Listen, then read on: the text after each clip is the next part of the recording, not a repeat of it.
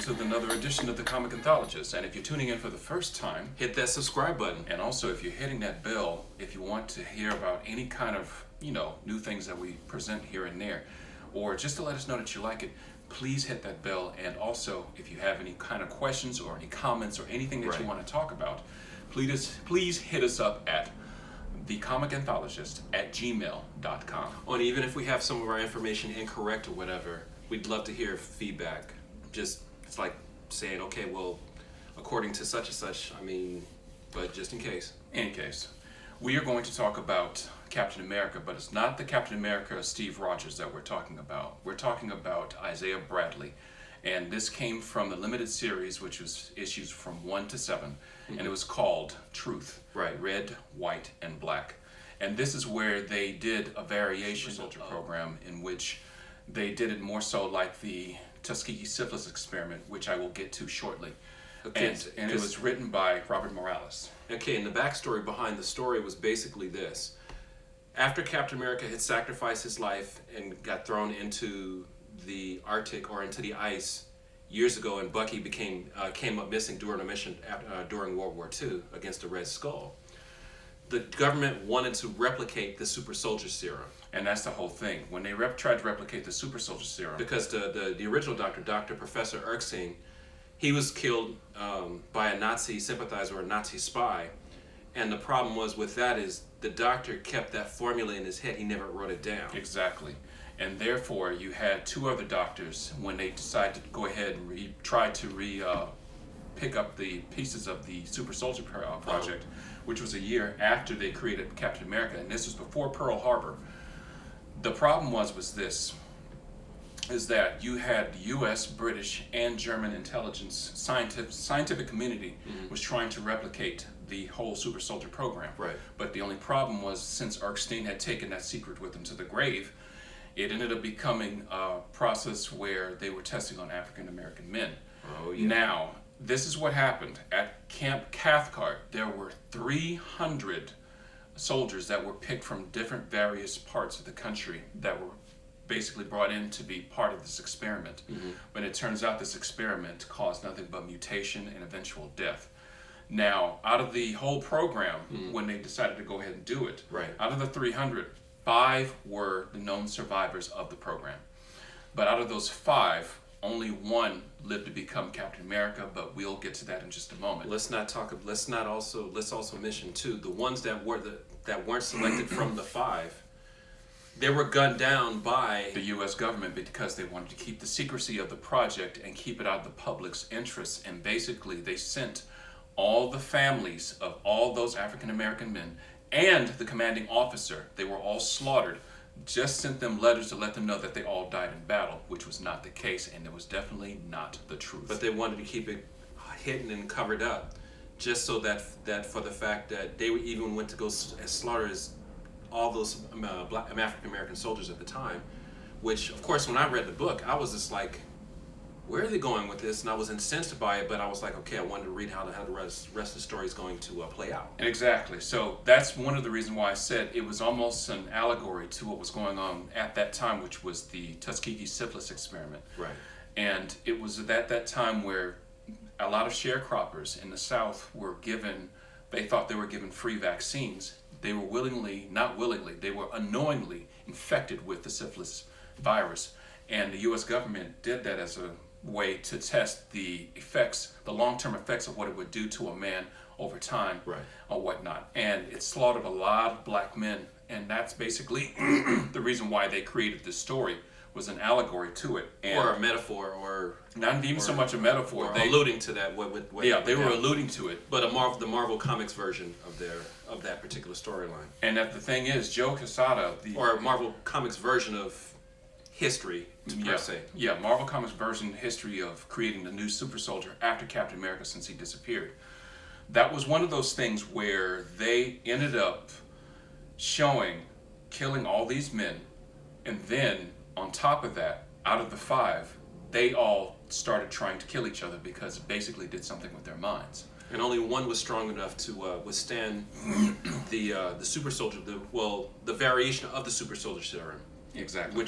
His name was Isiah Bradley. And now Isiah Bradley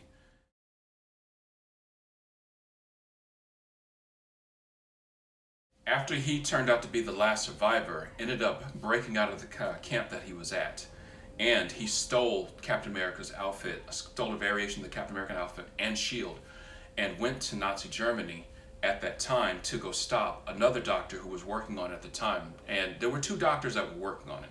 Now, Reinstein was basically the pseudonym that Dr. Erkstein was using Right. while he was doing the project. Right. But Reinstein, which was Dr. William Fogel. Yes, Dr. William Fogel was the proponent of the one that created the Super Soldier Super Soldier Serum after Erkstein using whatever notes that he had or whatever things that he could That was left. And Koch, Dr. Koch was the one that sided with the Germans, and the Germans were hell-bent on creating their own super soldier at that time.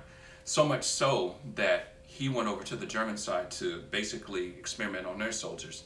Now, Isiah Bradley did a suicide mission and broke into Germany and went to the camp where he was, Right. Dr. Koch was. Now, he succeeded in his mission in assassinating and killing Dr. Koch because he wanted to make sure the Nazis never got a hold of it. But the Germans ended up capturing him, and they brought him before the Fuhrer, and we already know who that dog meat is.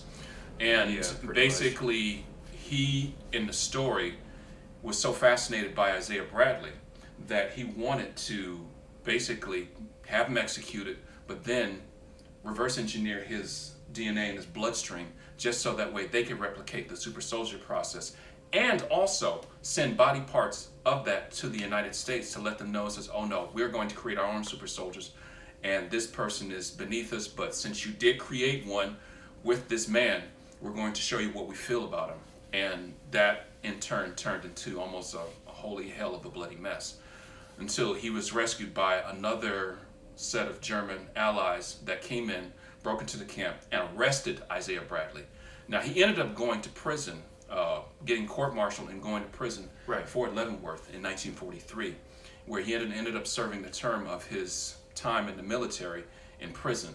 But he was released in 1960 and being exonerated for what he did And he became somewhat of a celebrity.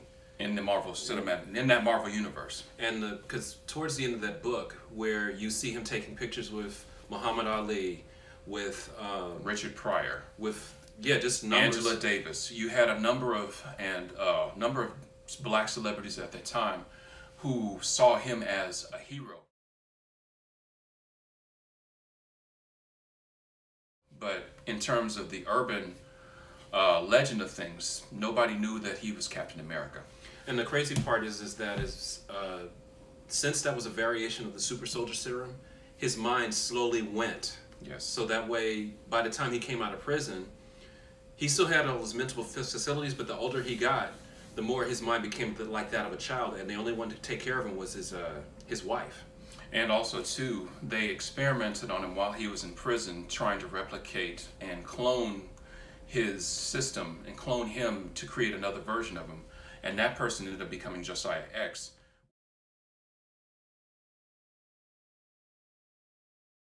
Which in turn, Josiah X ended up siring and having a kid, because Isiah didn't have any kids per se the regular way. Right. So that clone ended up having a child of his own, which ended up becoming Isiah Bradley, who ended up becoming a superhero in his own right until he was hurt during battle one time and ended up needing a blood transfusion from his grandfather, who was Isiah Bradley, thus securing the legacy of the Super Soldier Serum in his own body. With the new generation. Exactly.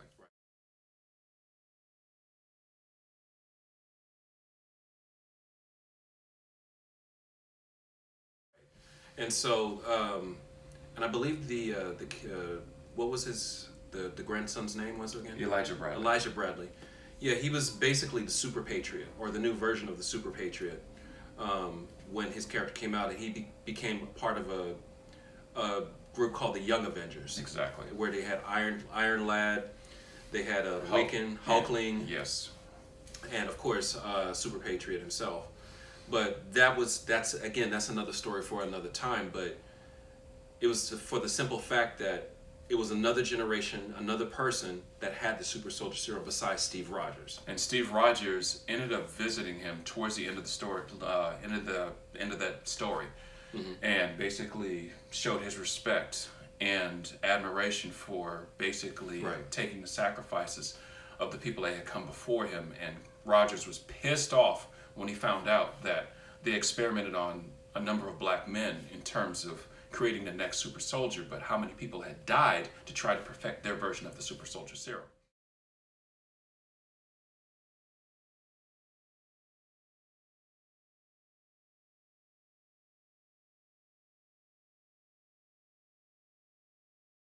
Right. So what is your take on it? I enjoyed the story. I mean, it pissed me off reading certain parts of it, especially when they slaughtered all the soldiers like that. I was as hot, but then at the same time, it was well written, and I wanted to see and read the story and finish it out towards its end. So my question to you is, what do you know about the controversies that went down behind that when that story came out? I'm glad you asked. Yes. Some of the controversies that took place behind this book was that a lot of people thought that Marvel was pissing on the origin of Captain America, which was created by Joe Simon and Jack Kirby. Right. But the thing is that it wasn't. It was basically taking place a year after he was created, and that was them trying to replicate the Super Soldier program again. But people had to read, and there was controversy online where people were just complaining about it, bad-mouthing it, and just ripping it. That's kind of similar to what happened when they created Miles Morales. Remember? Of course. Morales Yes, this is the same exact thing. Yeah. When Miles Morales was created, we had the same kind of controversy saying, "Oh, you're replacing Spider-Man. Oh, you're doing this. Oh, you're doing that." And it wasn't like that. It wasn't anything like that at all. It was just basically showing another perspective of what happened when the government tried to go behind a lot of people's backs to create the next super soldier. And in turn, a lot of people died trying to replicate the process. And once the story was finished, by the time it got to issue 5 and issue 6, the same naysayers and people that had issues with it, that were critical of it, retracted their statements. And the reason why they retracted their statements because they realized that it was set in Marvel continuity, but it was not disrespecting what was created by Jack Kirby and Joe Simon. Right. In actuality, it respected it and enhanced what was already had come before. Right. So basically, it was one of those things that people had to open their minds and look at it from a different perspective, and enjoy the story, and also give you a bit of an insight and the ties to our own history in terms of what they did with the Tuskegee Syphillis experiment that took place back during that time as well, and making that also tuned in terms of the Marvel Comics. You know, it's one thing I hope one of these days, but that's grasping at straws. It would be nice if they made like a feature film behind that. It would be, because the thing is, it would be something that a lot of people probably welcome and they have never seen before, but at the same time it would be a different take on Captain America. And also showing not only the darker side, but also showing the bright hope of what is yet to come, the way how it ended. Well, yeah, because actually the story ended with Isiah Bradley being the new generation carrying on the Super Soldier Serum, and he was basically that hope like towards the end of the story. And not only that, Isiah Bradley was able to meet with Steve Rogers, Captain America, and it just basically was one of those things that it was a poignant, reading that book, it was a poignant moment just reading that. Yes, it was respect between both men, and that was something that had never been done before, and it was well written, and all I have to say is props to Robert Morales for creating. Yeah, because even if when Isaiah's mental facilities were still going at that time, he still recognized Steve Rogers as being Captain America, and they still managed to talk at least a bit or whatever, however that dialogue played out, which wasn't, you just see them shake hands or whatnot. But it was good to see that his mental facilities weren't completely gone to the point where he could recognize what was up. Exactly. Yeah, exactly. Well, in any case, this is another episode of The Comic Anthologist, and if you have any questions or any kind of comments, you could reach us at thecomicanthologist@gmail.com. Until then, signing off, and thank you for tuning in, and hit that subscribe button if you haven't done so. Peace.